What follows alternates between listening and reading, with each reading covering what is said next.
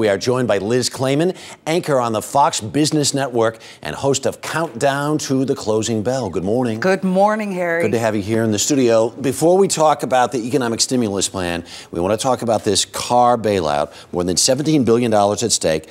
The car makers have had, this is GM and Chrysler, not Ford. Correct. Now remember. Correct. And they've had these weeks now to come up with this plan. What if they fall short? What if they come to the government and the government says, you haven't done enough? Can you believe they've been up all night negotiating? It has come down to the wire, and if they are short on this, they may have to go bankrupt. Although it is widely believed that there is no U.S. president, because President Bush wouldn't do it, that would allow the falling of the U.S. auto industry to be on their shoulders. Right. So clearly, these companies have done the best they can. President Obama has said, we need you to make tough concessions. Right. That means getting rid of nameplates, all kinds of brands, cutting dealerships, and making tough union decisions. Right. There's not going to be a car czar, we understand, but there is a guy named Ron Bloom who really is this very hard-nails, tough negotiator. What's his sort of standard in terms of how low do you need to go in order to get this thing done? Let's put it this way. From what we know about Mr. Bloom, he is a military mind, meaning he'd be like a Marine sergeant coming into these companies.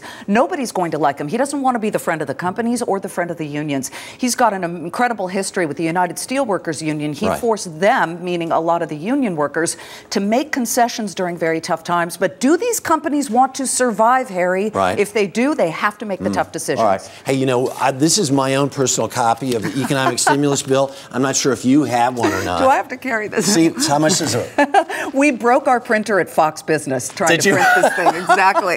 There you go. This thing goes into action today. We made a pie chart to sort of give folks a little bit of an idea of what happens and what's going on.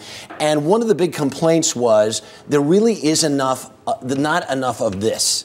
Not enough of this, you know, what's going to go into bricks and mortars, what's going to build bridges, that sort of stuff like this. But this is sort of the whole thing in a nutshell. Indeed. And when you talk about the discretionary spending, this is the stimulative part that a lot of people feel there should be more of, because this is the building of the bridges, the highways, the things that would put people to work. But aside from the fact that some people complain there isn't enough, and there is a ton of complaining here. That's me. You're looking I'm sorry. Sorry, I walked in. Harry's still I trying to couldn't hold lift on that to thing. it anymore. You're looking at projects that everybody said were supposed to be so-called shovel-ready, meaning let's start tomorrow. They're not. Many of them take a year or two to kick in, and we need to see that a little bit more. How likely that in the not-too-distant future, there is an economic stimulus plan, too? Well, there you go. And we already start to hear those rumors. But again, there are a growing group of people who really feel that you should give it some time. Right. To let it start to take hold, but the initial aspect needs to be psychological. Right, and if you love TARP, you might like emulate. I've got walking away with gifts here. It's your own TARP. My own TARP. Right. Thank you, Harry. Liz Clayman, thanks so much.